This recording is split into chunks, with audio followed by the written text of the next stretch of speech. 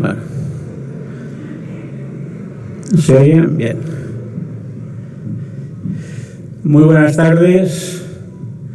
Muchísimas gracias a todos por vuestra asistencia, por vuestra masiva asistencia.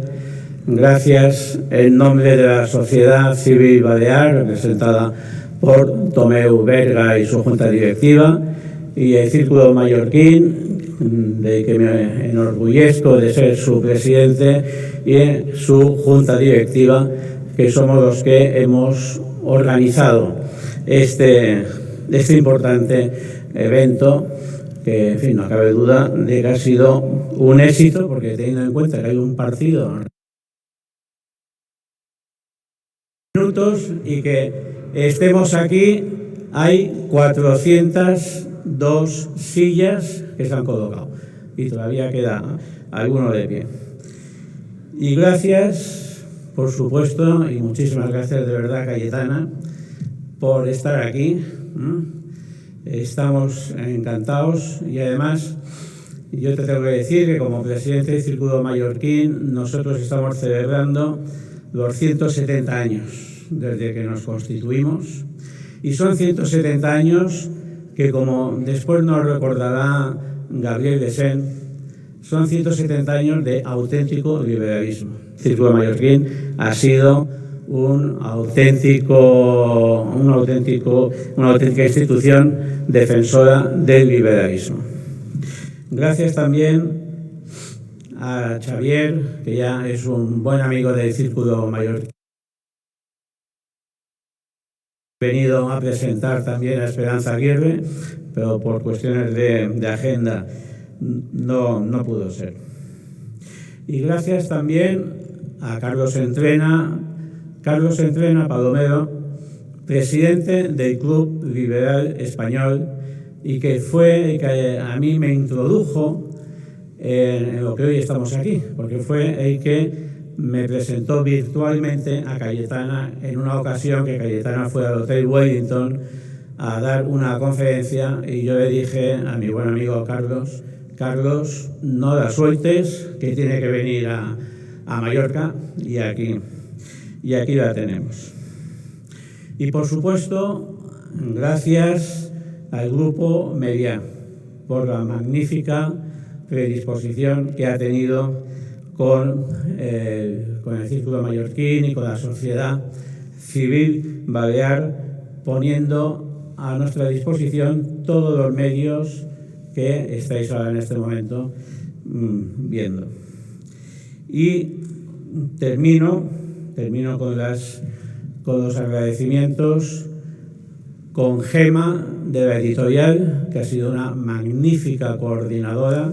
Llevamos 15-20 días coordinando continuamente con Gema, que ha hecho una labor fantástica, y con María de la librera de Savoy, que también ha tenido un récord enorme, porque hace unos días solamente tenía 140 libros y ya hemos conseguido que haya 240. Y no quiero terminar sin pasar la palabra a Gabriel Desén, pero felicitar y agradecer mucho, ya he dicho al Grupo Meliá, pero también al director Pablo Querol, y sobre todo, si está por aquí cerca, Marilén Sánchez, que es la responsable. Marilén, pues nos gustaría entregarte un ramo de flores por todo lo que has hecho.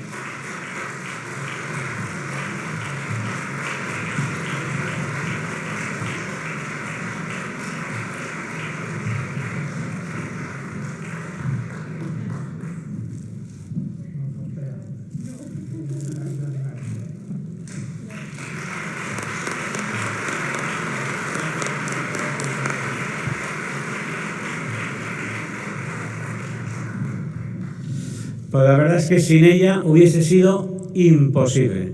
Igual que con Marta de Ya y con las personas de la sociedad civil que nos han permitido organizar todo esto con orden. Un poco de retraso, pero con orden. Y ya paso la palabra a Gabriel Desén, abogado, historiador y buen amigo del Círculo Mallorquín, sobre el que hizo un magnífico trabajo, como he dicho antes, del liberalismo en el Círculo Mallorquín. Gabriel, te cedo.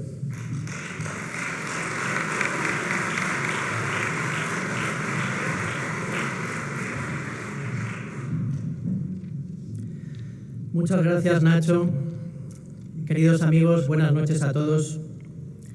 En nombre de Sociedad Civil Balear, deseo también, ante todo, dar la bienvenida a nuestra ilustre invitada y a todos ustedes por su asistencia esta noche. Y agradecer, como ya ha hecho Nacho, al Grupo Melia su ayuda para poder celebrar este acto. Cayetana Álvarez de Toledo se ha convertido en España en un estandarte de la defensa de la democracia liberal frente a algunas de las fuerzas que la amenazan y que desgrana en su libro el nacionalismo y otras ideologías identitarias que se han dado en denominar woke. Estas ideologías rompen con las ideas esenciales del orden liberal, que todos somos ciudadanos libres e iguales ante la ley, para, por el contrario, distinguir entre ciudadanos según alguna característica concreta, sexo o género, raza, orientación sexual, lengua o lugar de nacimiento. Así dinamitan la igualdad entre todos nosotros, nos dividen y enfrentan, y a continuación vulneran nuestros derechos: la no discriminación, la presunción de inocencia, el derecho a educar a nuestros hijos en nuestra lengua y en nuestros valores. Con ello dinamitan también la concordia y la pacífica convivencia, alentando diversas formas de violencia, como Cayetana también ha experimentado en primera persona. El Círculo Mallorquín, desde su fundación hace más de 170 años, ha estado relacionado con el liberalismo y con el fértil intercambio de ideas desde la moderación y la tolerancia. Desde un mismo espíritu, Sociedad Civil Balear nació hace ya 4 años, con el objetivo de trabajar por la concordia, fruto de la reconciliación que inspiró la transición. En aquel entonces dijimos: queremos ser un movimiento transversal que cuente con todos los ciudadanos de cualquier ideología, que crean en unas Islas Baleares defensoras de sus lenguas y su cultura, integradas en una España unida, plural y solidaria, y plenamente respetuosas con la Constitución de 1978. Este objetivo continúa siendo absolutamente necesario y queremos agradecer a nuestra invitada de esta noche su firmeza en la defensa de estas ideas. Firmeza que no debe ser confundida con radicalidad o extremismo, sino todo lo contrario. Es claridad de ideas, pero de unas ideas que no son más que la esencia de la democracia y, por tanto, de la moderación. Queremos seguir siendo, como ella, radicales en la defensa de la moderación, la tolerancia y la concordia que nacen del respeto a la ley y la Constitución, trabajando siempre por la profundización y mejora de la democracia liberal, teniendo en cuenta, además, como también dijimos hace 4 años, que el funcionamiento de los partidos políticos resulta insuficiente para recoger actualmente las necesidades de los ciudadanos. Y por ello debemos no solo participar activamente a través de los partidos, sino también organizarnos al margen de estos, mediante asociaciones como la nuestra, por ejemplo, para hacerles llegar nuestras legítimas demandas, porque, como también ha experimentado directamente nuestra invitada, y hemos podido ver todos recientemente, los partidos tienen sus propias reglas de funcionamiento e intereses. Y sin más preámbulos, le cedo la palabra a Xavier Pericay, a quien todos ya conocen sobradamente, agradeciéndole su amabilidad al prestarse a entrevistar a nuestra invitada, con quien comparte tantas cosas, conformando un cartel de lujo. Adelante, Xavier.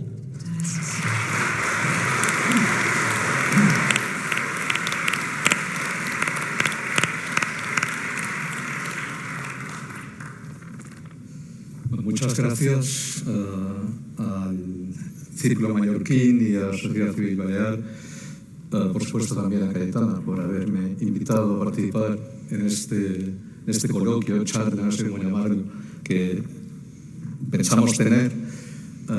y muchas gracias, por supuesto, a todos ustedes por no estar aquí, sino llenar aquí, lo que realmente no es muy habitual en esta isla, como saben, en la mayoría de actos, ¿no? Bueno, antes de entrar un poco en materia, me gustaría presentarles un poco Cayetana, aunque eso entiendo que puede parecer un poco inútil, porque la mayoría de ustedes la conocen pues, a través, pero me gustaría presentarla un poco a partir del propio libro, ¿no? Cayetana, de profesión, digamos, es historiadora, pero también es periodista, también es política, algo así como 3 en 1. Sobre todo, bueno, y siempre con una misma divisa, lo cual es perfectamente compatible en el caso de los 3 oficios, ¿no? Buscar y contar la verdad. Es curioso, antes lo comentábamos, en las 2 últimas décadas, Cayetana ha estado entrando y saliendo del periodismo y entrando y saliendo de la política, ¿no? Es verdad que son 2 oficios también que son extraordinariamente próximos, ¿no? Pero déjenme decir que Cayetana es, por encima de todo, una ciudadana de una nación que es la nación española. También es una individualista, no sé si acérrima, pero una individualista que tampoco sé si se reivindica o, en fin, simplemente se identifica con ese individualismo. Yo creo que sí, ella misma nos cuenta, nos habla de su dificultad de trabajar en equipo y esto hoy en día realmente es algo que está mal visto, ¿no? Lo que realmente se suele buscar siempre es lo contrario de lo individual, es decir, lo colectivo, el grupo, la tribu, a veces, ¿no? Se suele preferir siempre el plural al singular, ¿no? Y en esta reivindicación de este individualismo o del individuo, por ser más precisos, pues bueno, Cayetana insiste más de una vez. Cayetana también es arisca, antipática y malhumorada. Todo eso que estoy diciendo lo dice ella. Y lo dice ella, yo no lo digo por una razón muy simple, porque ni arisca, ni antipática, ni malhumorada ha sido nunca conmigo y llevamos 12 años de amistad, con lo que pueden comprender, pero no tengo más remedio. Una persona como ella lo pone negro sobre blanco en un libro, es que efectivamente debe ser arisca, debe ser antipática y debe ser malhumorada, como mínimo a veces. De lo que viene ahora sí que puedo dar fe. Y creo que todos ustedes también. Cayetana es una persona, es una mujer valiente. Es idealista con vocación de perdedora. Eso les ocurre a muchos idealistas, pero también les ocurre a otros, digamos, que no son tan idealistas, que están un poco más realistas, pero que también tienen esa vocación de perdedora. Pero también les diré que es optimista y resistente a más no poder. Mira cómo se conjuga todo eso. Pues bueno, lean el libro y verán que se conjuga. Y por cierto, el libro contiene a propósito de su querido y añorado amigo David Gistau, una definición de lo que es un liberal, porque evidentemente Cayetana también es liberal. Dice Cayetana en el libro que David Gistau era un liberal puro, un salmón moral que nadaba fuerte y feliz contra la corriente, ¿no? Pero es una definición preciosa y muy adecuada también para el caso de Cayetana, ¿no? No diré una salmona, como hoy me imagino que algunos reclamarían, pero sí que eres un salmón moral fuerte y feliz. Y me parece importante también esos 2 adjetivos aplicados a David, pero que son igual de válidos para ella: la fortaleza y la felicidad. O sea, hay un disfrute también en lo que es la actividad, en lo que es la política, en lo que es el periodismo, digamos, en lo que es el oficio historiador, entiendo que también por parte de Cayetana. Bueno, este libro son unas memorias políticas que van de marzo de 2019 a agosto de 2020, es decir, el periodo en que Cayetana fue prácticamente, no sino desde el primer momento, pero sí enseguida, portavoz del Partido Popular en el Congreso de los Diputados, ¿no? Pero va mucho más allá también de estas fechas. Es un libro, como suele ocurrir con muchas memorias, no únicamente políticas, pero también en las memorias políticas, que está lleno de ramificaciones, de digresiones temporales, de evocaciones familiares, siempre de algún modo engarzadas con lo que es el relato fundamental. Este libro tiene también un tema fundamental y es muy sencillo, es España. Luego hay una serie de temas que están vinculados con este. Por ejemplo, la defensa de la nación política, de la Constitución de 1968, la reflexión sobre lo que es el funcionamiento de la política en sí, de los partidos políticos en concreto y del periodismo, sobre todo en los medios de comunicación, ¿no? Y también algún otro tema, más transversal quizá, como el de la corrección política, muy centrada también en lo que son las políticas llamadas de género o de perspectiva de género, ¿no? Que es como algunos también las nombran. Déjeme decir finalmente que es un libro muy bien escrito. En realidad sus artículos ya permitían deducirlo, pero la lectura del libro da fe de ello, ¿no? Estamos ante una escritura culta, inteligente, matizada, razonada, límpida, además, muy clara. Vaya, una gozada para cualquier lector.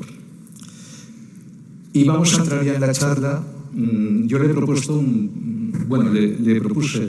a Cayetana hacerlo del modo siguiente. Cuando me dijo si me apetecía presentar este libro, yo pensé, en aquel momento yo estaba, y es bastante habitual en mí, con viejos papeles. En concreto, tenía entre las manos un artículo de Miguel de Unamuno del año 1931, de finales de agosto de 1931. Por cierto, Unamuno que se proclamaba libre defensor de la individualidad humana. O sea, en esto también tenías aquí un buen predecesor, ¿no? Por cierto, no se han leído que Unamuno se singularizaba en el coro, cantando siempre con algún gallo, ¿no? Que tenía la necesidad, digamos, de distinguirse del grupo, ¿eh? No digo que esto sea, digamos, una experiencia tuya, pero en todo caso no deja de ser divertido, si es cierto, ¿no? Aquello de que è ben trovato. Este artículo de Unamuno es un artículo que se llama Guerra intestina familiar. Habla el tema, aunque ustedes le pueden dar la significación que quieran en estos momentos, ¿no? Pero el tema es la aprobación en Cataluña de la primera versión del Estatuto de Núria a través de un referéndum que tuvo lugar a comienzos de agosto de 1931. Era un proyecto que luego no tuvo muy poco que ver con el Estatuto de 1932, en gran parte porque se antepuso la aprobación de la Constitución y luego hubo que readaptarlo todo. Este primer estatuto era mucho más loco que el que salió, por ejemplo, del Parlamento en 2005 con Maragall. Era un estatuto que decía que por ejemplo, que el catalán era la única lengua oficial en Cataluña, ¿no? Entonces daba algunas migajas puntuales al uso del castellano, ¿no? Bien, en todo caso, él escribe el artículo a partir de ese contexto y del hecho de que el presidente Macià se ha plantado ahí en Madrid para negociar esto con, que en aquel momento es el presidente no de la República todavía, me parece que del Consejo Provisional, que es Niceta Alcalá Zamora, ¿no? En todo caso, en este artículo, y abreviando ya, hay dos fragmentos que yo le he comentado especialmente a Cayetana porque a mí me parecen muy significativos y que nos permiten hablar también, 90 años más tarde, ¿no? de lo que es este libro y de lo que es la política en España en estos momentos. El primero dice que de esto no se debe hablar, se pregunta Unamuno, que herimos sentimientos. Hay que herir sentimientos para despertar sentidos. Hay que herir el sentimiento, dice resentimiento más bien, de la particularidad para despertar el sentido de la universalidad. Este es el primer fragmento que me parece que merece la pena comentar. El segundo me da la impresión de que más claro no puede ser. Dice que hay cosas que se deben callar. Pues bien, no. Lo que hay que decir son las cosas que se dicen, que no deben decirse. Y nada más por mi parte en esta introducción, y ahora vamos, si acaso, a iniciar esta charla con Cayetana. Muchas gracias. Gracias.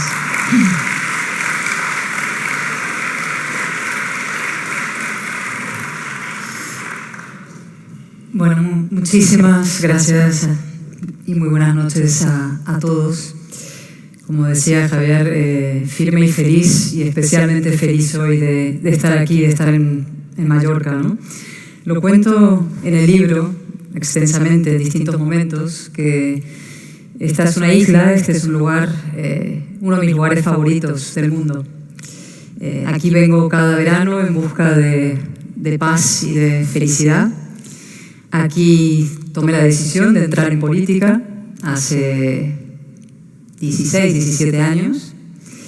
Aquí me enteré de que estaba embarazada de mi primera hija. De aquí me llamaron para ser destituida. Aquí han pasado muchas cosas, ¿no? Pero aquí me han acogido siempre como si fuera parte de la familia.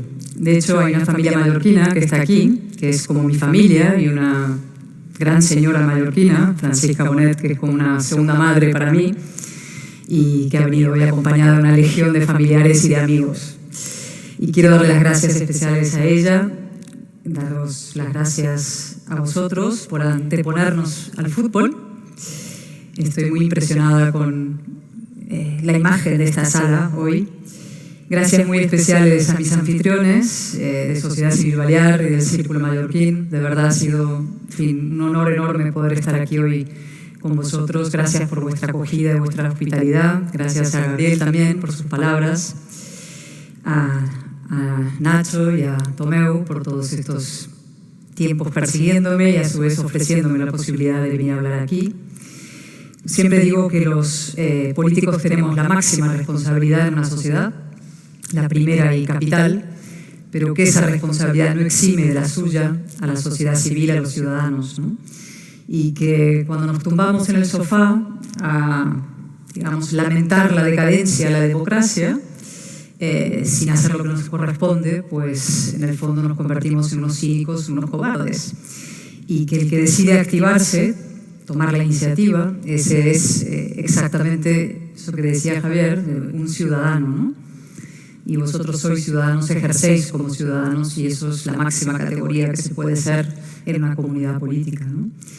Y hablando de ciudadanos, qué enorme privilegio y qué suerte poder contar con Xavier Pericay hoy aquí, ¿no?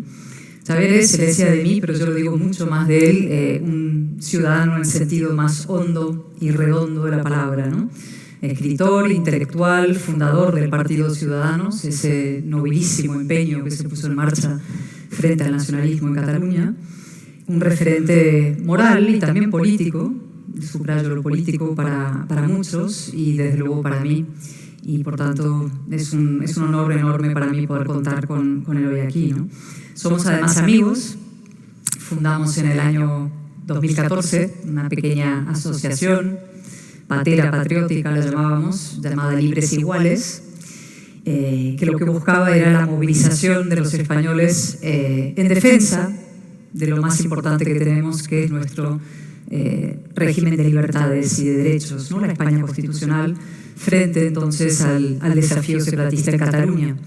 Y quiero decir que lo hicimos bien, ¿no? Con nuestra modestia, pero que yo creo que visto lo que ha ocurrido, podemos sentirnos legítimamente orgullosos del trabajo que hicimos con sociedad civil catalana en esa época para movilizar a los españoles, ¿no?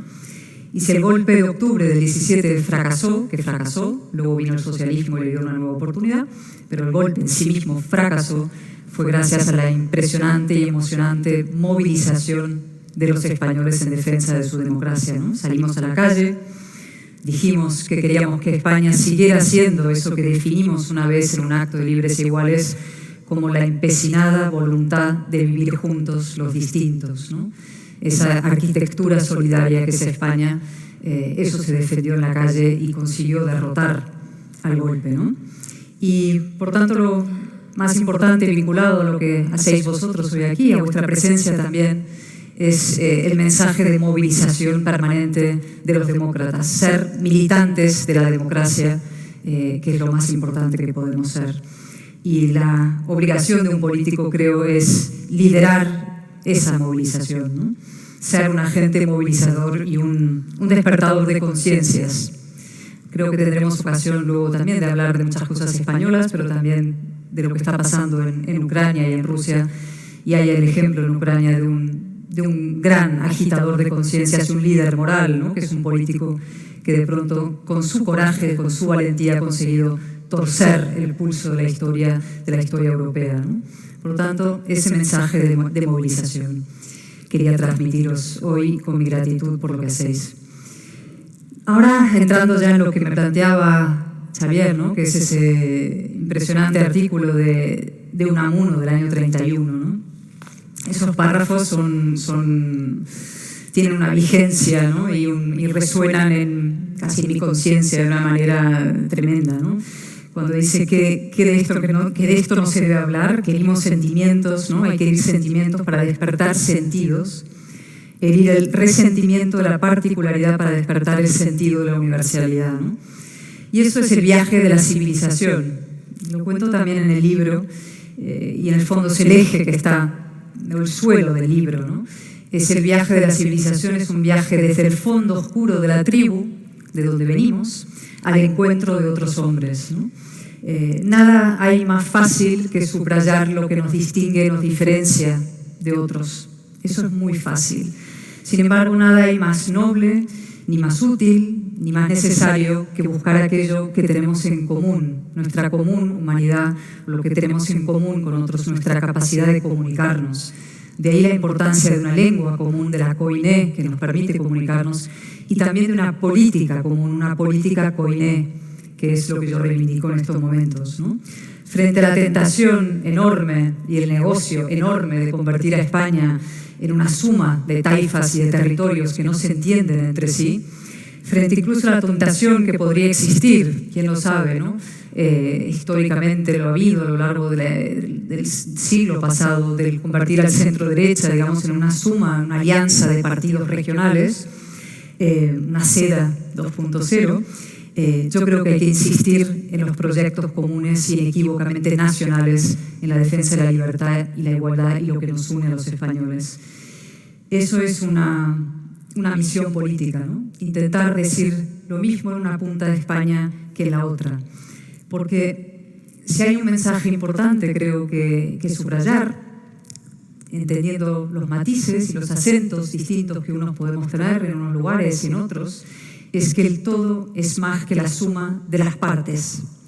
Si analizáramos a España casi como el píxel los píxeles que forman una imagen, cada píxel de pronto emerge una imagen que es más que el conjunto de las partes. O los fotogramas que hacen una película, ¿no? Un fotograma tras otro, cada uno distinto, y sin embargo cuando se convierten en una película, la película es más que la suma de las partes. Y eso mismo también es España, o así la entiendo yo, ¿no? Otra cosa que dice Unamuno en ese primer párrafo es contrapone los sentimientos al sentido. Y eso es muy moderno, ¿no? O afecta profundamente al debate contemporáneo sobre la sentimentalización de la política y el aparcamiento de la razón, que es uno de los grandes problemas contemporáneos, ¿no? La diferencia entre la política emocional, que es la base del populismo, y la política racional, que es la base de la política ilustrada y que permite la convivencia entre los distintos.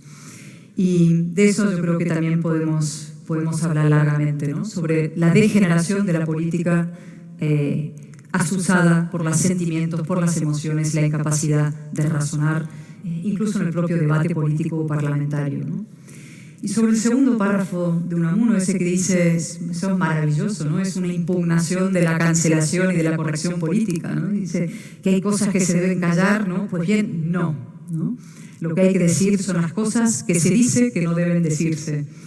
Y eso es extraordinario, ¿no? Y el libro que he escrito nace de ese de esa misma profunda convicción de que la política ha de redimirse a través de la verdad, de que uno de los grandes problemas que tiene la política hoy, por eso ha degenerado y por eso se ha ganado la desconfianza de los ciudadanos, es que ha dejado de respetar a la verdad y que no solamente intima con la mentira, sino que directamente se hace contra la verdad para destruirla, ¿no?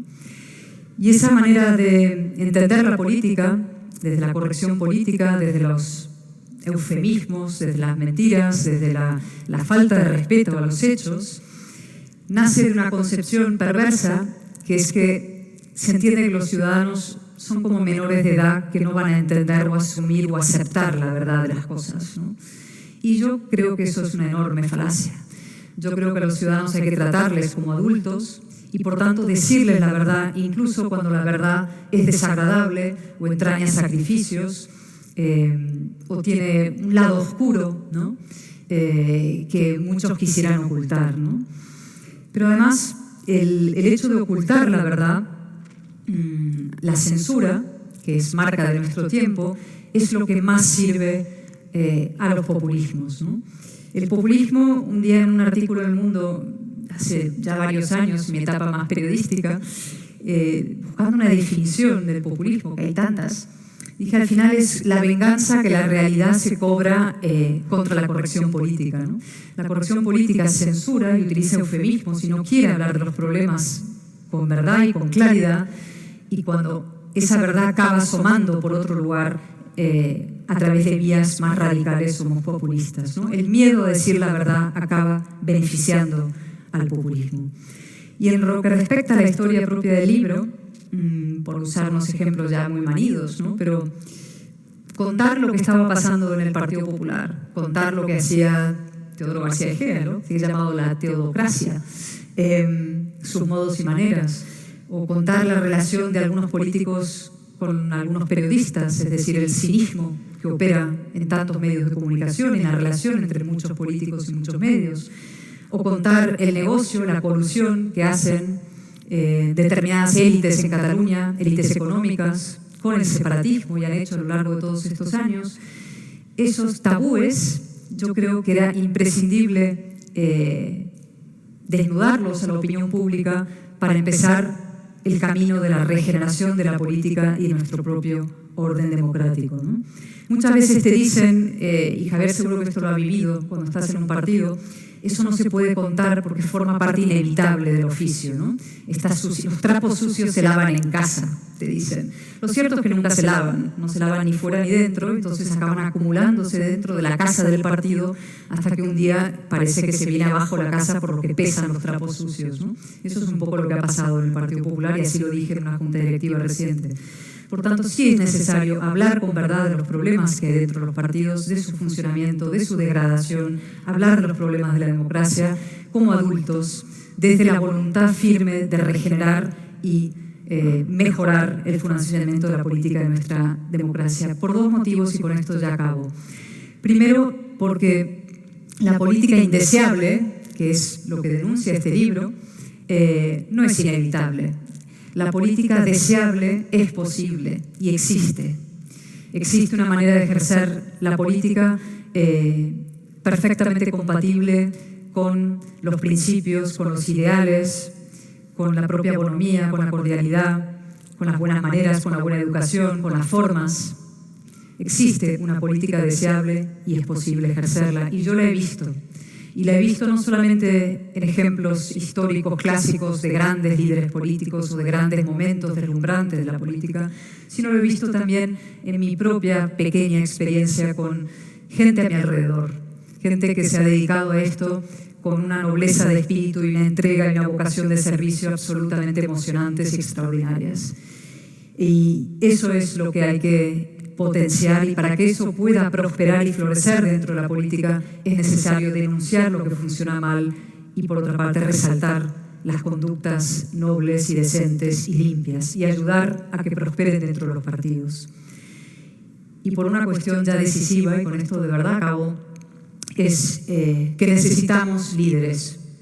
Uno de los grandes problemas que tiene Occidente hoy en día, y por eso vuelvo a esa figura tan impresionante de Zelensky, que surge como de la oscuridad más total, es la ausencia de grandes líderes capaces de convocar a los ciudadanos en defensa de los ideales que representa ese orden liberal, ¿no? La modernidad política y la ilustración. Nos faltan grandes líderes, y eso falta, y eso pasa, porque hay un ecosistema político que hace muy difícil que florezcan y que prosperen. Y por tanto, volviendo a lo que decía Unamuno, que hay cosas que se deben callar, pues no se deben callar, no hay tabúes en democracia, somos adultos, somos demócratas y por tanto hay que hablar con la verdad y con el respeto que la verdad merece. Muchas gracias y le paso la palabra a Javier para entrar en lo siguiente.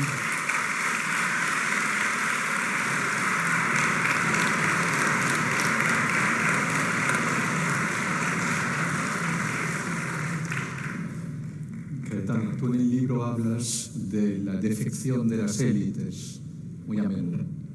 Sí. Y las élites, bueno, pues incluyen evidentemente toda la parte, digamos, vinculada con la política, pero también vinculada con el mundo de la economía, con todo lo que es, por ejemplo, el mundo intelectual, el papel de los intelectuales.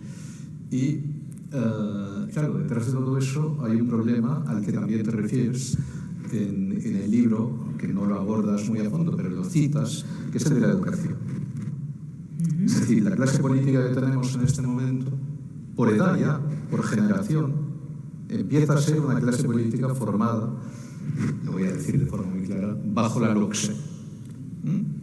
Y eso es, por decirlo de algún modo, pues también un modelo que es el modelo absolutamente contrario al de lo que tú propugnas en el libro y al de lo que tú has defendido siempre. Es decir, no es un modelo, y en este momento, por ejemplo, la última ley educativa ya es un ejemplo de ello, ¿no? Es un modelo en que se pone por encima de todo la victimización del alumno, la infantilización del proceso de educación del alumno, de educación pública, por supuesto, me estoy refiriendo, es decir, pública, concertada, etc., ¿no? Pero me refiero a la educación que uno recibe, la instrucción, como se llamaba antes, ¿no? Pues bien, eso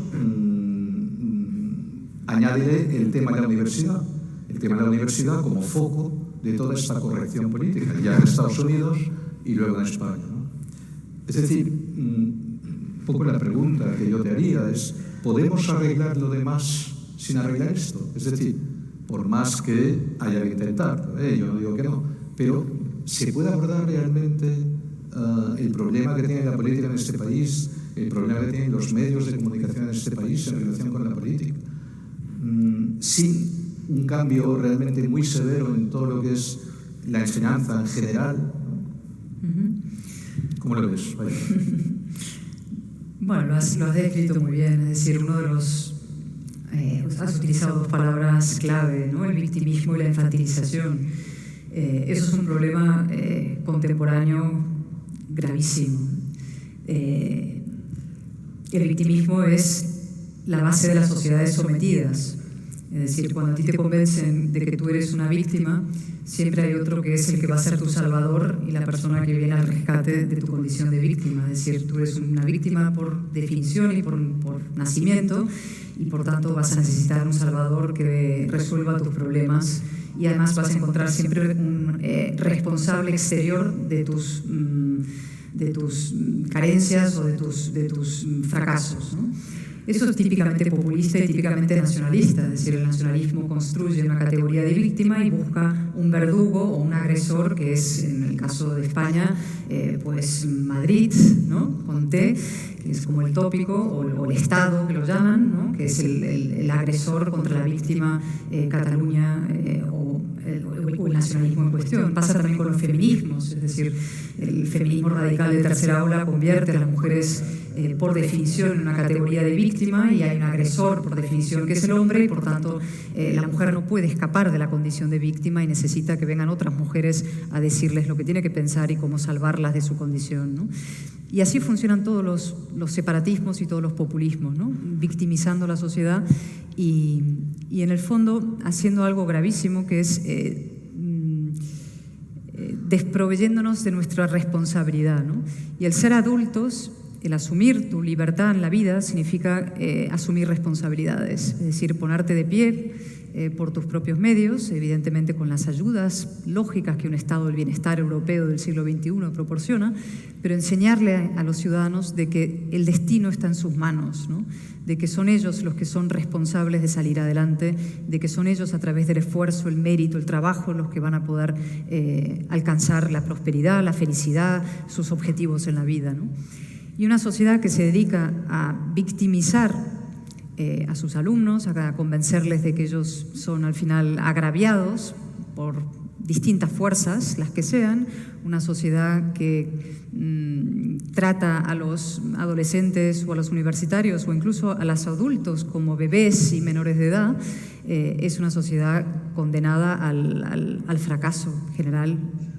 Y hay un libro muy interesante que analiza esto a fondo en el caso de las universidades americanas, que es el libro de Jonathan Haidt, que se llama The Coddling of the American Mind. No sé cómo se ha traducido, pero sí sé que se ha traducido al español, pero que cuenta cómo ese proceso en las universidades americanas, lo que llaman la cultura woke, ha ido destruyendo la capacidad de la propia sociedad para afrontar sus problemas, superarse a sí misma, etc. Y esto lo enmarco en un problema mucho más amplio de lo español, es el problema occidental. Y lo estamos viendo ahora con lo de Ucrania y Rusia, que es un tema que nos preocupa y a mí me casi obsesiona ahora, ¿no? Estamos viendo un occidente que no cree en sí mismo. Es decir, se ha producido en las últimas décadas un repliegue occidental del orden liberal sobre sí mismo. Somos liberales que no estamos convencidos de que nuestras ideas sean mejores. Y yo siempre digo, no son buenas las ideas del mundo liberal ampliamente entendido, el mundo de la Ilustración, porque sean nuestras, porque hayan nacido en Occidente, digamos, sino porque son las que permiten a cualquier persona en cualquier lugar del mundo alcanzar, digamos, el máximo florecimiento personal, el Estado de Derecho, la igualdad ante la ley, la libertad individual, todas estas postulados esenciales de un Estado moderno liberal, ilustrado, de la democracia liberal, pues se han ido replegando en las últimas décadas por una falta de confianza en nosotros mismos.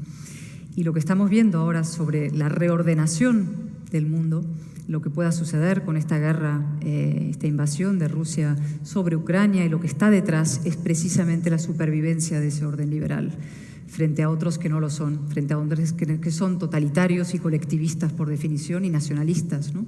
Las dos grandes ideologías destructoras del siglo XX, que fueron el nacionalismo y el comunismo, convergen en esa figura siniestra de Putin y en su búsqueda, digamos, de imponer una versión totalitaria en una parte de Europa y, por tanto, reordenar el mundo así. Y frente a eso, si nosotros queremos defender el orden liberal, lo que vamos a tener que hacer es emprender una batalla cultural, una batalla ideológica, ¿no? Tú hablabas de la educación, esa es la base de la batalla cultural e ideológica, es empezar a decirles a nuestras sociedades, nuestros pueblos, nuestros países, que las ideas importan, que hay ideas buenas, ideas malas, que cuando las ideas buenas no se defienden, las ideas malas avanzan, ¿no? Y que esa batalla es conflictiva, pero que entre el conflicto y la sumisión es preferible el conflicto, y que esas ideas son las que permiten a cualquier, insisto, persona en cualquier parte del mundo desarrollarse plenamente y adquirir la condición plena de ciudadanía, que es la libertad y la igualdad, ¿no? Y eso es lo que está detrás de todo, de estos, en fin, debates contemporáneos en los que estamos. La batalla cultural e ideológica que empieza en la educación, pero afecta absolutamente a todos los órdenes de la vida y que debe emprenderse desde la política, ¿no?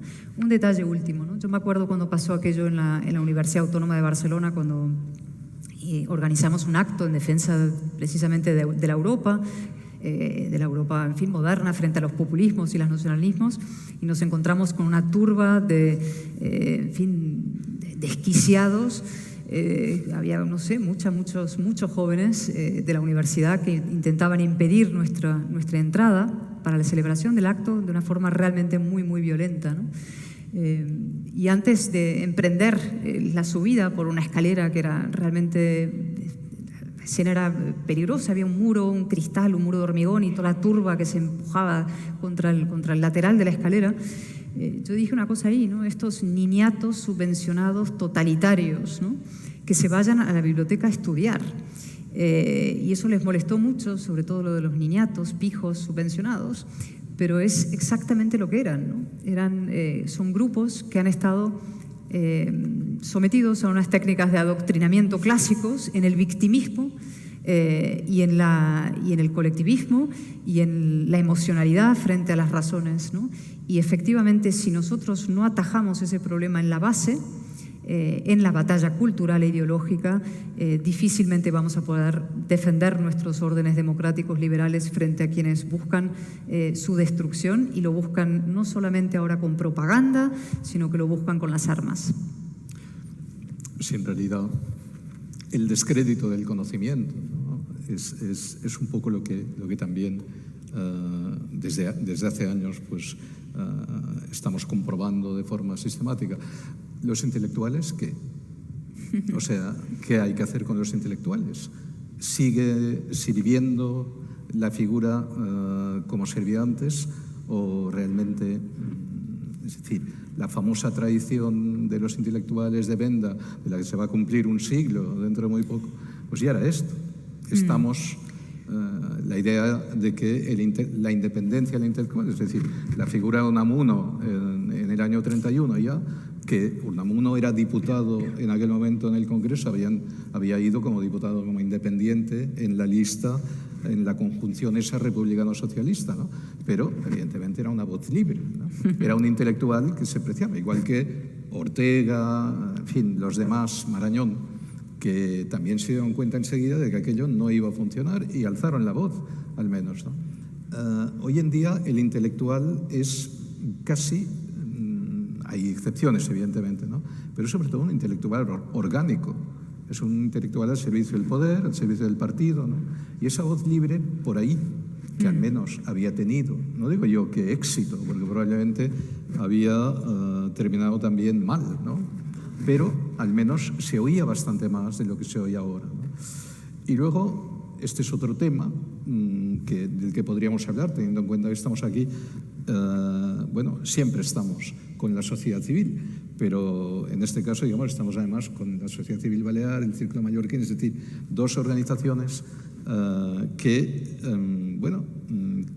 tienen una actividad que no es la actividad política, pero que es una actividad que está, si se me permite decirlo así, empujando un poquitín la actividad política, y a veces incluso pues poniéndose delante, ¿no?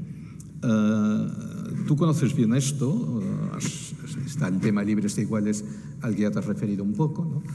Está también el tema de sociedad civil catalana, que es la antecesora de la sociedad civil balear, ¿no? Y en el libro, por cierto, dices que nunca has visto más egos, incluso más que en la política, como en las asociaciones de la sociedad civil, ¿no? Y esto, claro, a mí, en el fondo, no diré que me haya sorprendido, pero yo creía que la política era el sumo mío. Y, en fin, por lo que he leído, el ser humano no lo es, ¿no? Es posible que sea un poco... Yo a veces tengo también la sensación, con todo el respeto, evidentemente, para todas las asociaciones que en este momento se movilizan, especialmente en estas partes de España donde hay que movilizarse diariamente, prácticamente, sobre todo contra el nacionalismo, que es lo que la inmensa mayoría hacen, ¿no?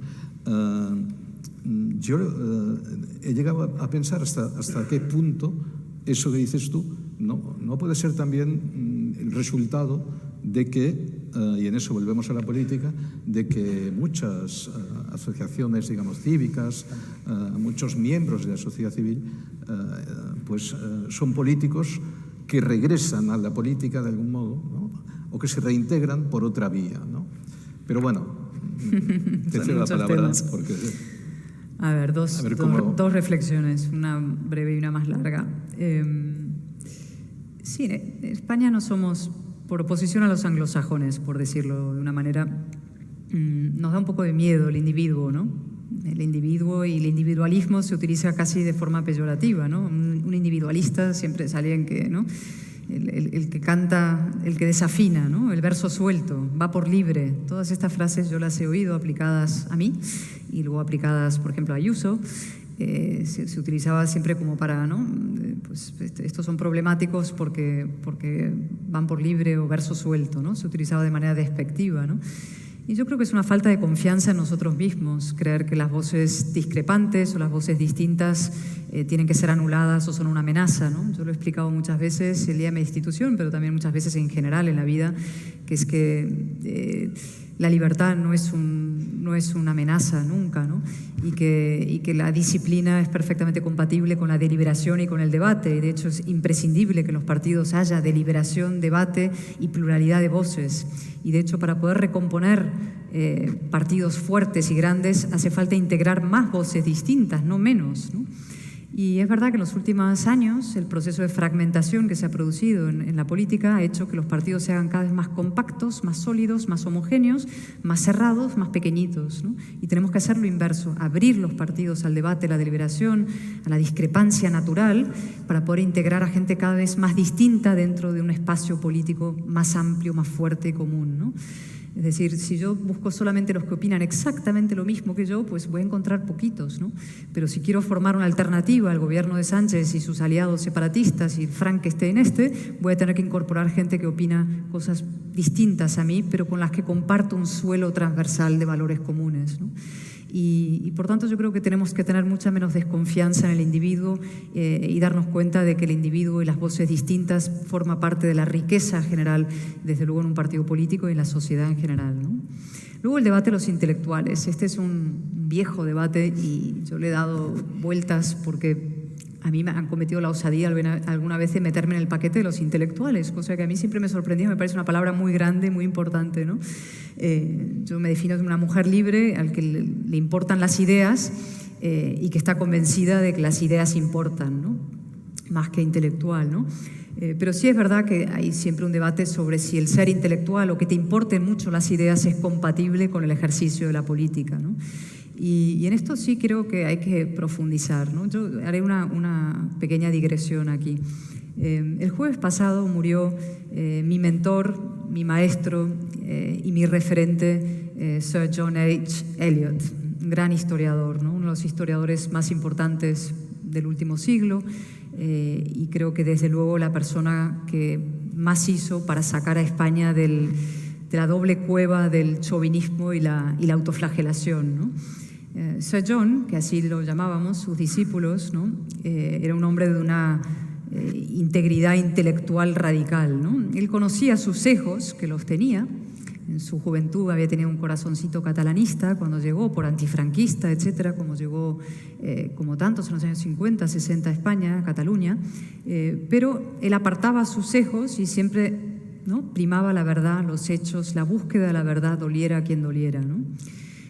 Pues bien, cuando yo le dije que me iba a dedicar al periodismo, casi se desmaya, y cuando le dije que me iba a dedicar a la política, se desmayó, ¿no? Le parecía que mi trayectoria era una curva descendente hacia el abismo del desprestigio, y quizá no se equivocaba, ¿no?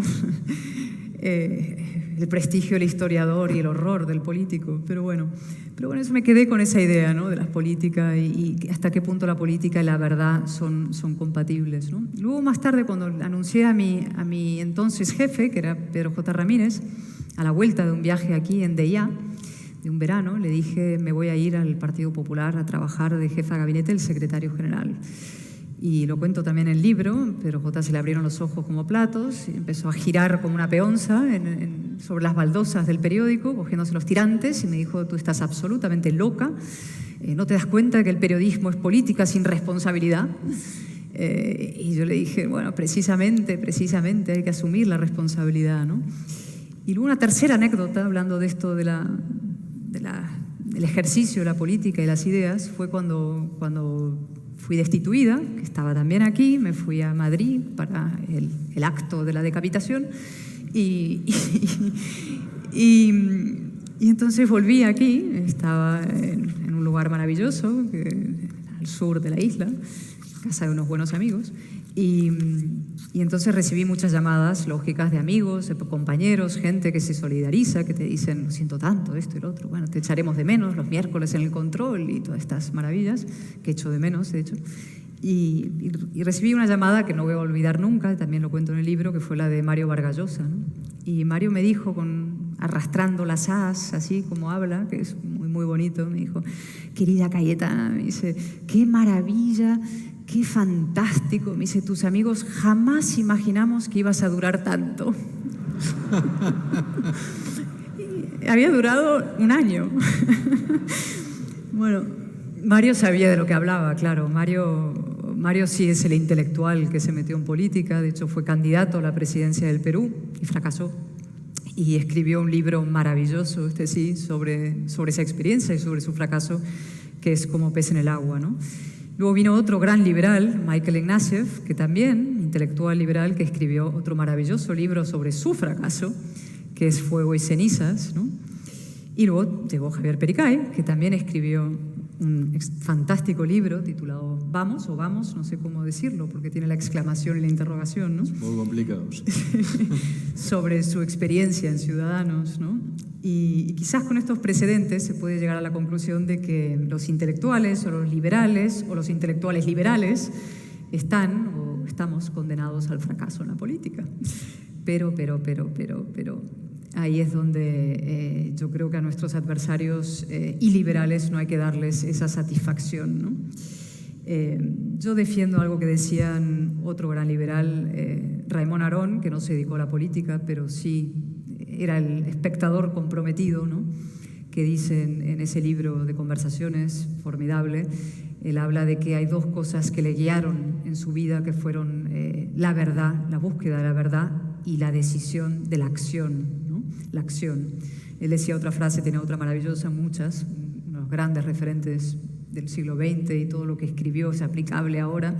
Él decía, no basta con no ser comunista, hay que ser anticomunista, ¿no? Es decir, activamente anticomunista, y eso le llevó a enfrentarse con Sartre y a emprender una de las grandes defensas del orden liberal frente a lo que era entonces un muro, ¿no? De un muro hegemónico de cultura de izquierdas, ¿no?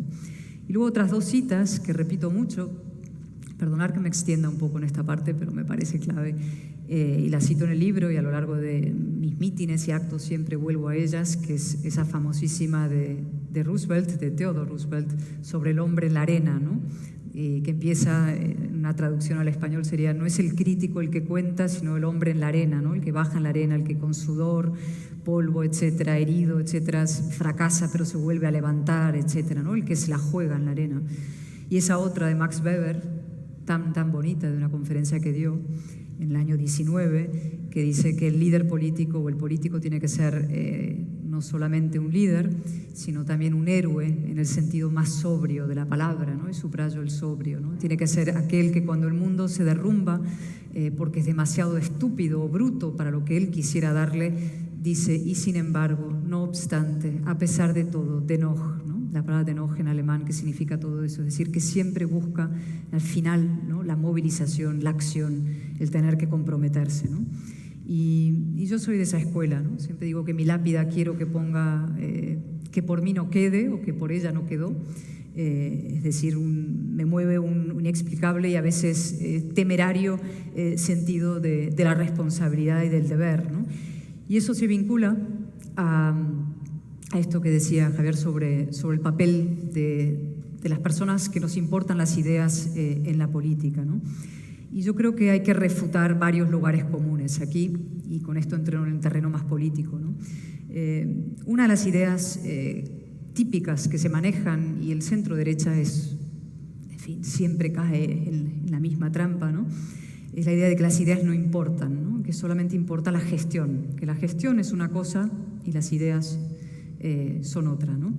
Y eso es falso, ¿no? La buena gestión es hija de las buenas ideas, y no hay buena gestión sin buenas ideas. Y como decía antes, cuando las ideas buenas no se defienden, las ideas malas avanzan y triunfan. Es decir, las ideas son determinantes en política, y no solo en política, en la vida. El segundo lugar común es esa idea de que los principios, o tener ideas y ideales y principios, es un obstáculo para hacer bien la política, ¿no? De que lo moral es ineficaz, te dicen, ¿no? Tú tienes muy moral, pero al final no ganas elecciones con eso.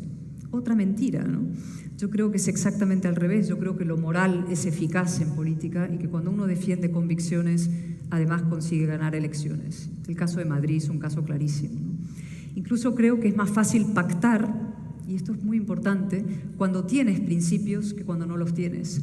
Cuando tú tienes principios, pactas y llegas a un acuerdo con el otro en el que está claro lo que cada uno cede para llegar a un terreno común. Cuando no tienes principios, todo es ambigüedad, todo es viscoso, todo es lugar de malentendidos. Tener principios, por tanto, hace posible pactar. No tenerlos lo convierte en un terreno de lo turbia, viscosa, malentendido, ¿no? Y luego el último lugar común que se maneja mucho, y una vez más la derecha española es experta, pero no solamente la nuestra, ¿no? Yo no soy excepcionalista española en esto, creo que está muy extendido, es la idea de que a la gente no le importan las ideas, solo su bolsillo, ¿no? La gente no se mueve por ideales, sino que le importa la cartera y la economía es lo único relevante, ¿no? Y yo creo que eso supone infravalorar a la gente, a los ciudadanos, a eso que llamamos el pueblo. No tanto como la izquierda, pero casi tanto, ¿no? A veces te dicen, no, es que esa persona, es que no puedes apelar a esa manera intelectual de hablar porque entonces la gente no te entiende, ¿no? Eso es la máxima falta de respeto a los ciudadanos. Yo creo que no puedes tratar a la gente como si fuera idiota porque no lo es. Y cuanto más tratas a la gente como idiotas, más idiota acabas siendo tú. Y eso le pasa a la política contemporánea, que de tanto tratar a la gente como si fuera tonta, acaba siendo una política tonta y pueril, ¿no? El divorcio...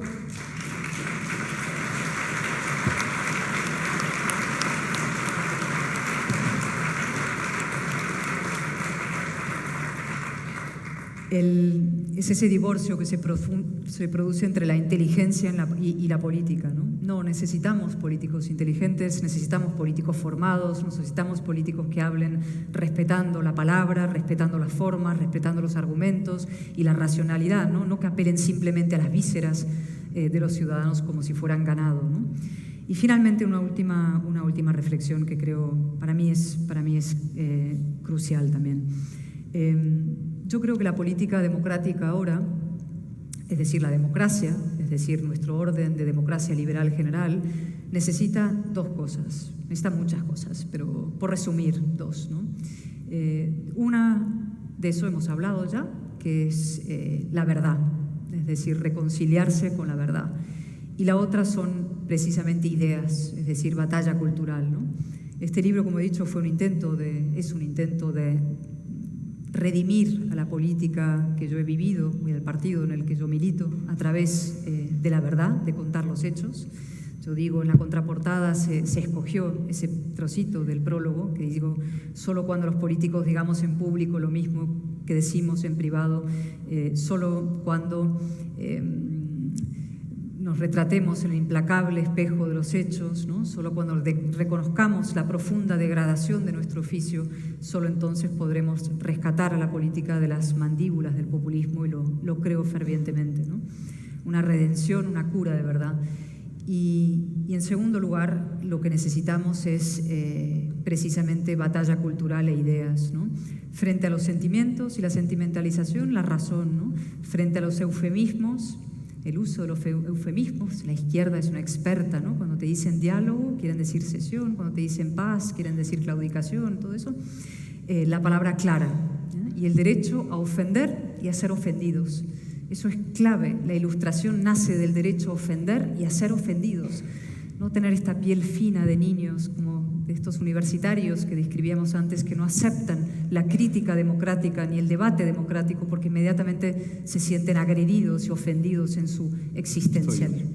Parece que era Benda quien decía también que cuando yo estoy, digamos, me meto con alguien, por decirlo de algún modo, discuto con alguien, etcétera, estoy realmente discutiendo las ideas de esta persona, no a la persona. Es decir, yo respeto, ¿no? Y está muy bien visto. Es decir, en realidad, el que tiene la piel fina, el que se ofende, es porque no puede soportar que alguien le lleve la contraria, de algún modo, ¿no? O lleve la contraria a sus creencias, a menudo.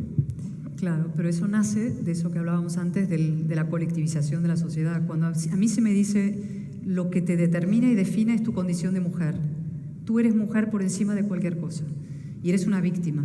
Y por tanto, cualquier crítica que se haga al feminismo radical, lo que fuera, es un ataque no a mis ideas, sino a mi ser y mi existencia. Sí, por tanto, no hay debate posible, porque tú estás agrediendo mi existencia, ¿no? Por tanto, esa es la perversión que se produce dentro de las políticas identitarias y por eso han de ser radicalmente combatidas, ¿no?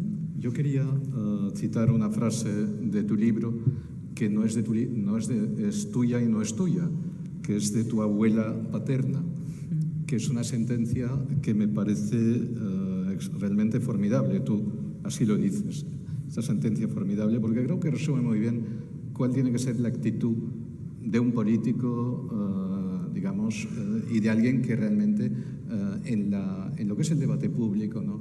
Pues quiere ser escuchado y ofrece a los demás la oportunidad de escuchar, ¿no? Su abuela paterna, Mavivón, me parece que era el nombre, Ivonne en realidad, pero la llamabais así, decía: es mi opinión y la comparto. Es decir, esta asunción realmente, ¿no? de la responsabilidad a la que te referías antes, ¿no? Pero a la vez esta asunción también de la colectividad, es decir, y aquí la tienen ustedes y sobre esto podemos discutir, hablar, ponernos de acuerdo, no ponernos de acuerdo, etcétera, ¿no? ¿Quieres añadir alguna cosa más o te parece que damos la palabra a la gente que quiera intervenir, ¿no? Sobre eso no, solo un apunte sobre esa frase que a mí siempre me hacía mucha gracia. Era francesa, una mujer de mucho carácter, y decía eso, ¿no? C'est mon opinion, je la partage, que parecía una frase dogmática, ¿no? Es mi opinión y la comparto. Pero no, había algo, como tú dices, aplicable a la política y al debate general en la vida, ¿no? Hay un concepto del que hablo en el libro que creo que ha pervertido también mucho en la política hoy en día, que es la empatía, ¿no? La empatía es una palabra muy bonita, todo el mundo quiere ser empático en política, ¿no? Es decir, caer bien, que los votantes te quieran y te voten, ¿no? El problema es cuando la empatía se convierte en un soberano, ¿no? Y acabas adaptando tu discurso a cada uno de tus interlocutores para caerle bien a todos ellos, ¿no? O acabas adaptando tu programa político a la sociedad en la que estás simplemente para intentar alcanzar una mayoría, ¿no? Y frente a esa idea, que es una discusión que tuve con Pablo Casado sobre ese asunto, que él defendió en una junta directiva después de mi destitución, él dijo: un partido político no puede insistir en sus ideas por más razón que tenga, tiene que adaptarse a la sociedad para luego caminar con la sociedad. Y yo no estoy de acuerdo. O sea, yo creo que uno cuando está en política y tiene un proyecto político y tiene unas ideas que considera mejores, efectivamente las defiende con pedagogía y con convicción, escuchando lógicamente, pero intenta transformar la sociedad, no adaptarse a ella. Si nosotros simplemente nos adaptáramos a la sociedad que hay en España, en Cataluña nos haríamos nacionalistas, en el País Vasco hubiéramos aceptado sin más la hegemonía siniestra del mundo de Bildu, y en España, en términos generales, hoy nos adaptaríamos a eso que yo llamo el tablero inclinado, estar en la parte baja siempre del tablero, regidos por la superioridad moral de la izquierda y los separatismos, ¿no? Y lo que creo que tenemos que hacer es, al contrario, nivelar el tablero, dar una batalla ideológica, defender nuestras ideas y nuestras convicciones desde, en fin, la profunda certeza de que son esas ideas ilustradas y de libertad las que mejor pueden servir a los ciudadanos. Y de eso se trata. Muchas gracias.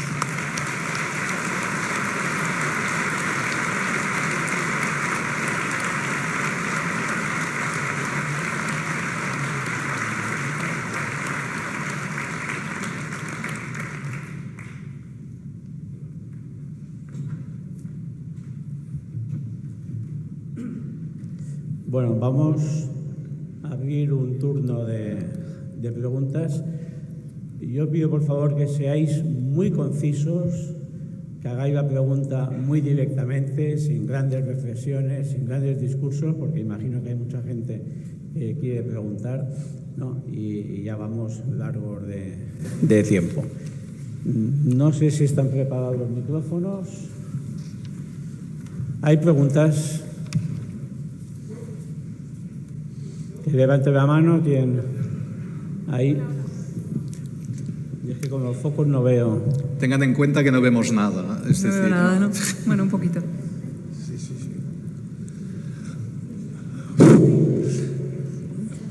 Buenas noches, Cayetana.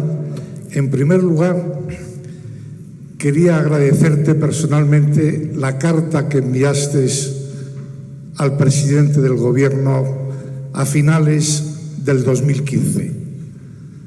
Fue una carta importante y yo te lo quiero agradecer. Y ahora voy a hacerte dos preguntas.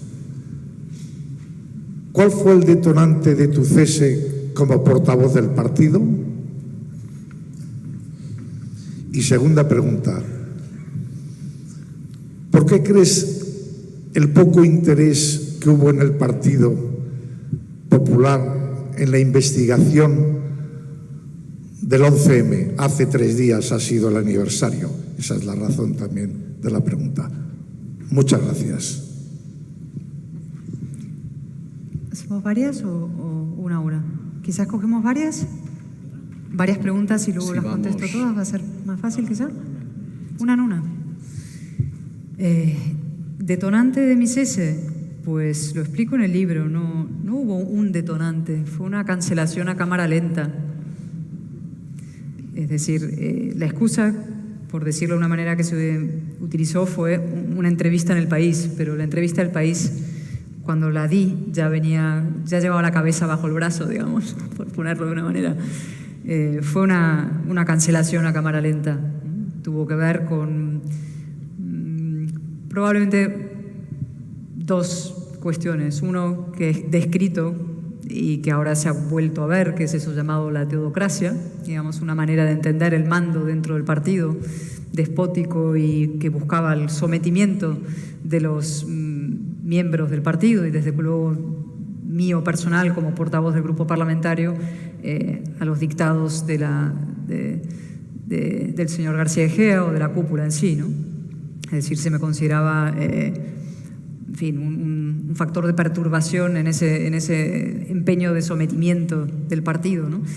Y el otro tenía que ver, creo, y ese es el más importante, con la cuestión ideológica de la batalla a las ideas, ¿no? Yo lo cuento en el libro, en la conversación última que tuve con Pablo Casado, que fue larga y tuvo partes muy emocionantes también, y que él me dijo de las varias discrepancias que tuvimos, pero me dijo, la batalla cultural no importa, no te empeñes en eso. Y para mí sí era importante, para mí era importante dar la batalla en el frente de la memoria histórica, por ejemplo. Era esencial y crucial la batalla contra el nacionalismo, contra el separatismo, y era crucial también la batalla con las políticas identitarias que están socavando la base de nuestro sistema democrático por distintas vías, ¿no? En ese caso, lo que yo llamé mi defensa del feminismo amazónico, que los periodistas me preguntaron, ¿masónico? ¿Feminismo masónico? Le digo, no, amazónico, que es el que no concibe a la mujer como una víctima, sino como, en fin, todo lo fuerte que somos, ¿no? Con lo cual hubo un elemento muy de fondo político e ideológico, ¿no? Ese fue el más importante. Y sobre la otra pregunta, bueno, eso ya me retrotrae a muchos años atrás, es decir, sí hubo un esfuerzo. Yo recuerdo, yo era todavía periodista en la época, o principios, no, entré en política en los años aquellos de intentar llegar al fondo de esa cuestión, ¿no? En todo caso, aprovecho estar aquí porque fue hace un par de días, 3 días el 11M, transmitir mi cariño y mi afecto y mi recuerdo a todas las víctimas de ese terrible atentado, masacre total. Estoy empezando a ver las series, hay 2 series ahora que se han empezado a emitir, una en Netflix y una en Amazon Prime sobre el 11M, y ya, en fin, diré mi veredicto sobre ellas cuando termine de verlas.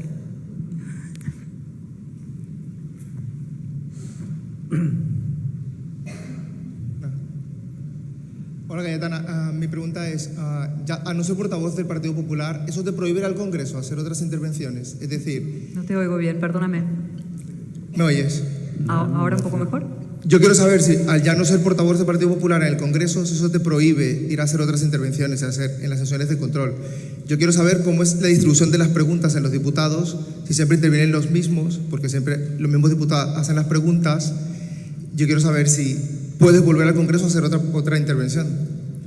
Te he oído, es que se oye irregular aquí, no entiendo que no bien. se entiende. ¿Puedes? ¿Algo sobre las preguntas de control? Sí. ¿Quién decide quién? Sí, ¿quién decide qué diputados participan diputados van? en La las dirección. sesiones de control? En las sesiones de control. La dirección del grupo. ¿Y eso tú tienes prohibido asistir al Congreso a hacer preguntas? No te entiendo. ¿Si yo qué? ¿Tienes prohibido asistir al Congreso? ¿Si tengo prohibido? Hombre, espero que no. Claro, como no te he visto más, yo quería saber si no se me ha ofrecido hacer ninguna. Yo, como he dicho 1000 veces, nada nos gusta más a los políticos que subir a la tribuna y que participar en la sesión de control. Es decir, cualquier político que te diga que no quiere estar en primera fila, te miente. Todos queremos estar en primera fila, todos queremos subir a la tribuna, todos queremos tomar la palabra y todos queremos estar en la sesión de control, que es lo más emocionante, porque es verdad que se forma hay un ambiente eléctrico, ¿no? Y hay una presión brutal. Estás como en una olla a presión, tienes todos los focos encima, tienes los 350 ojos o 349 de los demás diputados encima tuyo. Es decir, es un momento de gran tensión política y muy bonito, porque son solamente 2 minutos y medio, es una técnica difícil de amaestrar y es complicado, pero claro, eso no depende de mí, lamentablemente. Si dependiera de mí, desde luego, participaría muchísimo más y subiría a la tribuna. He dicho alguna vez, y creo que ahora muy, muy seriamente, que para alguien que le gusta la política, y yo tengo una irremediable vocación política, a prueba de prácticamente todo, no hay nada más formidable y más emocionante que la tribuna del Parlamento, ¿no? Ahí se defienden las dos cosas en las que a mí más me gustan, que son la palabra y las ideas, ¿no? Y poder hilvanar desde la tribuna del Congreso un discurso que aúne belleza y verdad es lo máximo a lo que desde luego yo puedo aspirar.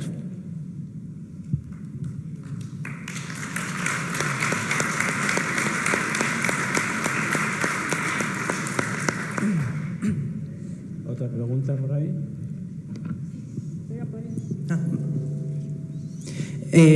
Buenas noches, Cayetana. Te quería felicitar primero por el gran libro que has escrito y por tu carrera política, que espero que dure muchos años más. Quería decirte cómo ves el futuro del Partido Popular ahora que Feijóo está al mando, porque recuerdo en una entrevista que tuvo usted en el programa de Federico Jiménez Los Santos que tenía un café pendiente con Feijóo. Hoy le hemos visto en el Arenal hablando en el Congreso Nacional del Partido. Y quería preguntarle eso, ¿cómo ve la situación actual del partido con Feijóo al mando? Muchas gracias. Muchas gracias. Sí, yo en esa entrevista expliqué que me parecía que era la persona adecuada para liderar este periodo en ese momento era todavía transición, porque no sabíamos si iba a haber más candidaturas o no, que era el adulto en la habitación después de una etapa de rabiosa puerilidad, ¿no? Y lo es, desde luego, es la persona, digamos, el adulto en la habitación popular, ¿no? Y desde luego poner fin a esta etapa que ha sido al final asiaga es muy bueno.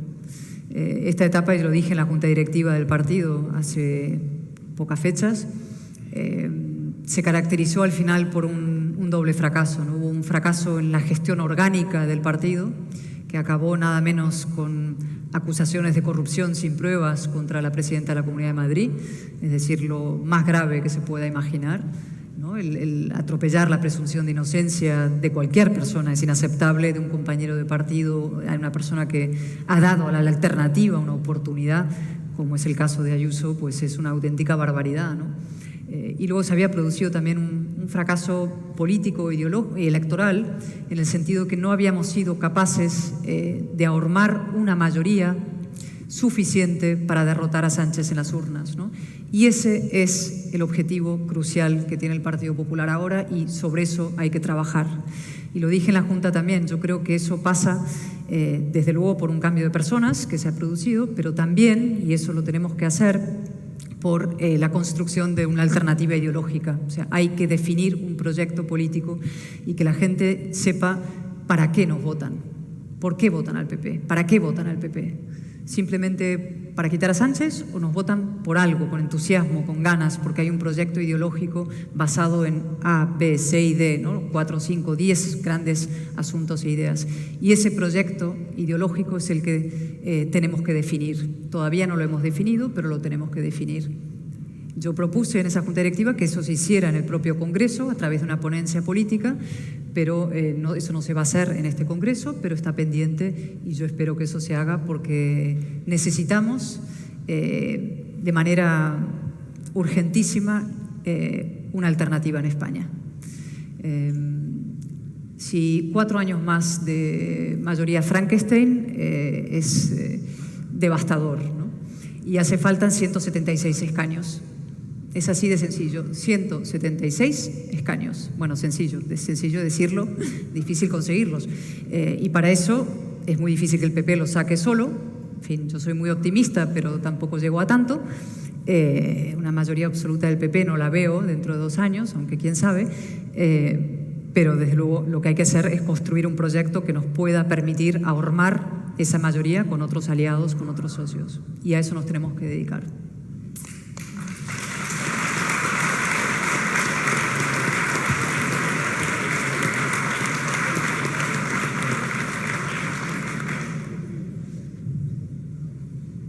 Otra pregunta al fondo.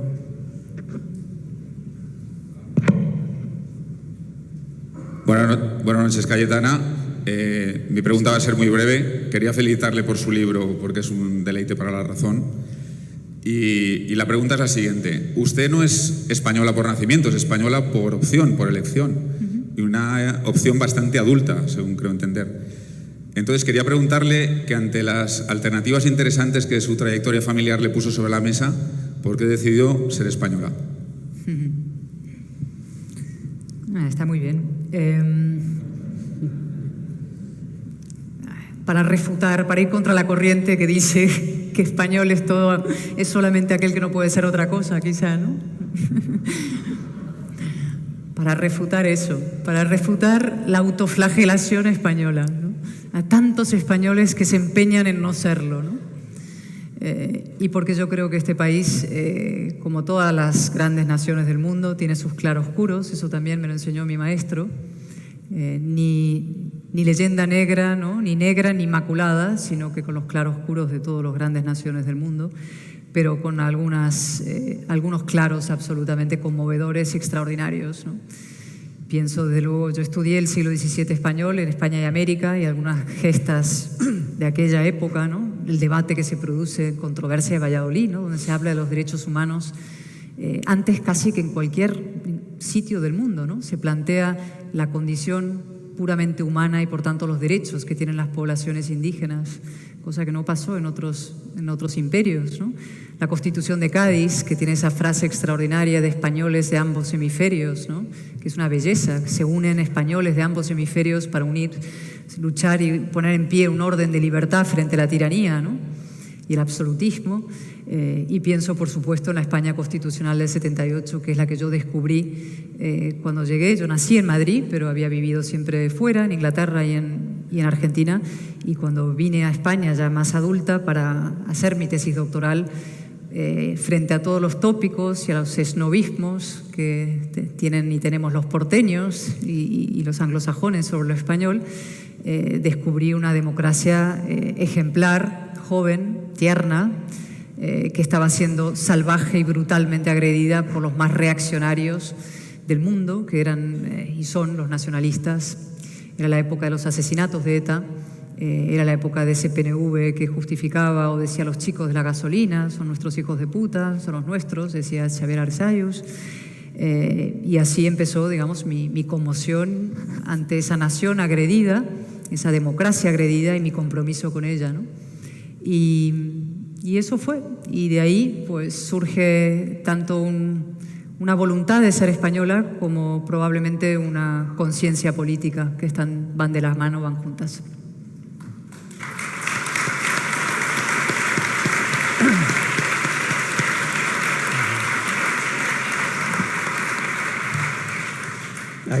Aquí delante hay una Marisé.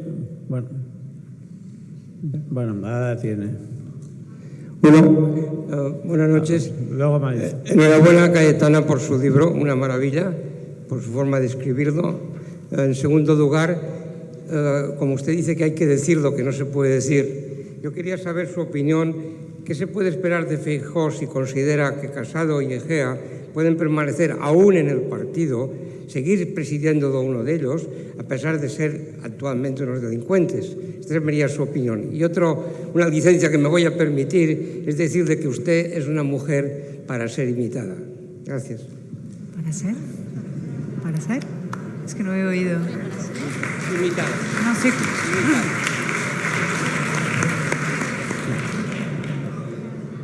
No he oído bien.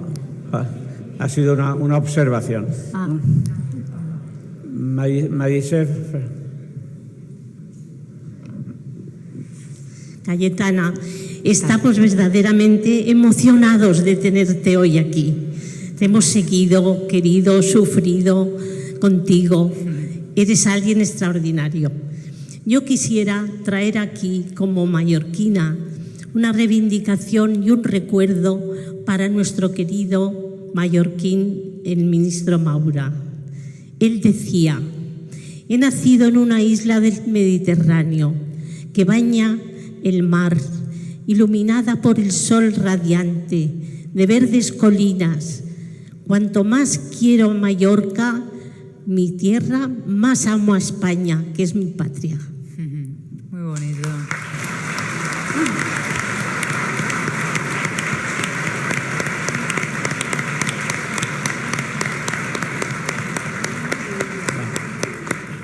Bueno, me vais a permitir que termine el turno de preguntas con una pregunta, porque hay muchísimos libros por firmar y Cayetana está dispuesta a firmarlos todos. Y yo quería preguntarte sobre una noticia que a mí me ha sorprendido muchísimo, me sigue sorprendiendo, que sale hoy en el ABC. Y dice: el Tribunal Constitucional fallará sobre el aborto cuando los progresistas asuman su control. Y el mismo presidente del Tribunal Constitucional asume que llevará el borrador de la sentencia, pero que como hay un sector del tribunal que la ve difícil antes de la renovación. ¿Esto no es una perversión total y absoluta? Bueno, lo impresionante es que eso se pueda publicar y nosotros leerlo con toda naturalidad y la gente darlo por hecho que eso pasa y sucede, ¿no? Y que eso pueda suceder. Como sabes, yo me negué, rompí la disciplina de voto en este punto, en el reparto de los magistrados del Tribunal Constitucional, porque creo profundamente en que la despolitización de la justicia es urgente en España, ¿no? Y que no podemos en ningún caso entrar en un reparto de cromos que pueda legitimar que este tipo de informaciones sean normales y sean asumidas como tales, ¿no? Aquí se hacen en los periódicos, yo estaba en un periódico, me acuerdo, dibujitos, ¿no? Estos son los progresistas, estos son los conservadores, se divide, por tanto la sentencia va a ir de tal manera o tal otra. Es verdad que eso no siempre ocurre así. Sí, con el Estatuto de Cataluña, Manolo Aragón, el grandísimo jurista y cuya amistad me honro en tener, pues, en fin, votó en estricta y jurídica condición en defensa de la razón, ¿no? Y se opuso a muchos aspectos del Estatuto y hay infinidad de casos, pero es una perversión profunda eso, ¿sí? Y no debe aceptarse y no podemos tolerarlo. Y por eso hay que insistir en la despolitización de la justicia de todos los órganos constitucionales. A mí me valió pues una amenaza de multa y he recurrido y tengo la esperanza de que quede en nada. Pues enhorabuena por tu actitud.